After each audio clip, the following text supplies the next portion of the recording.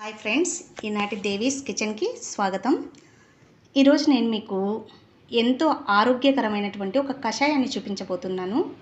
ఇది పిల్లలు పెద్దలు అనే తేడా లేకుండా ఎవరైనా సరే దగ్గు జలుబు లాంటివి ఉన్నప్పుడు దీన్ని తీసుకుంటే చాలా బాగా పనిచేస్తుంది.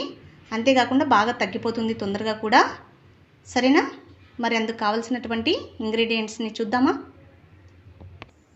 చూడండి, చాలా తక్కువ అంటే చాలా తక్కువ ఇంగ్రీడియంట్స్ కూడా. ఇక్కడ నేను 5 నల్ల మిరియాలను ఇలా పొడి చేసి పెట్టుకున్నాను. ఒక చిటికెడు పసుపు, చూడండి ఎంత కొద్దిగా బెల్లం ముక్క తీసుకున్నాను. అలాగే ఒక గ్లాసు నీళ్ళు. మరి తయారు చేసుకునే విధానాన్ని చూసే ముందు వీటి యొక్క ప్రయోజనాలని కూడా తెలుసుకుందాం, సరేనా? నల్ల మిరియాల్లో పెప్పరైన్, క్యాప్సైసిన్ అనే రసాయనాలు ఉంటాయి. వీటి వల్లే మిరియాలకు ఘాటైన వాసన ఉంటుంది. వీటిలో యాంటీ ఆక్సిడెంట్స్తో పాటు విటమిన్ ఏ, సి కూడా పుష్కలంగా ఉంటాయి. ఇవే మనలో వ్యాధి నిరోధక శక్తిని పెంచుతాయి. మిరియాలు కాలేయాన్ని శుద్ధి చేసి దాని పనితీరును మెరుగుపరుస్తాయి.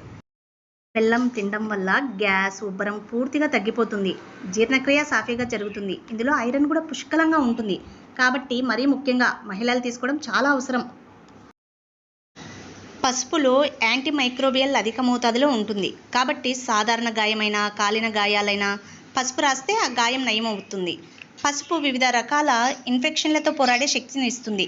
పాలలో పసుపు వేసుకొని తాగడం వల్ల క్రమంగా శరీరంలో నిల్వ ఉన్న కొవ్వు కరిగిపోతుంది.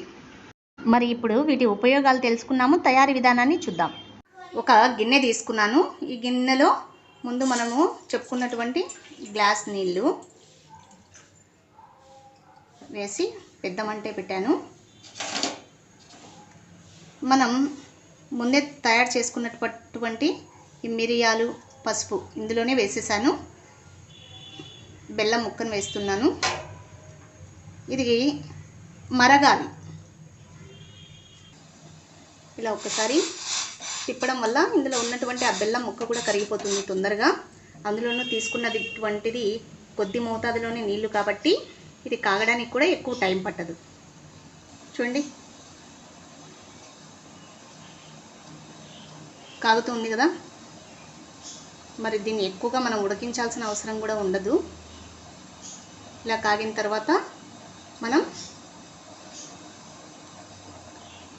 కొద్దిగా గోరువెచ్చగా అయ్యే వరకు అలాగే పక్కన తీసి ఉంచుకోవాలి. చూడండి, బాగా మరుగుతుంది కదా.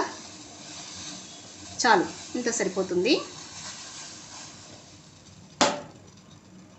మరి దీన్ని పక్కన ఉంచుకొని గోరువెచ్చగా అయిన తర్వాత చూడండి, ఇప్పుడు మనం దీన్ని ఔషధంలాగా తీసుకుంటున్నాం కాబట్టి ఇది టీ గ్లాస్ ఇంత తీసుకుంటే సరిపోతుంది. అది కూడా మీరు వీలైతే రాత్రిపూట తీసుకోండి.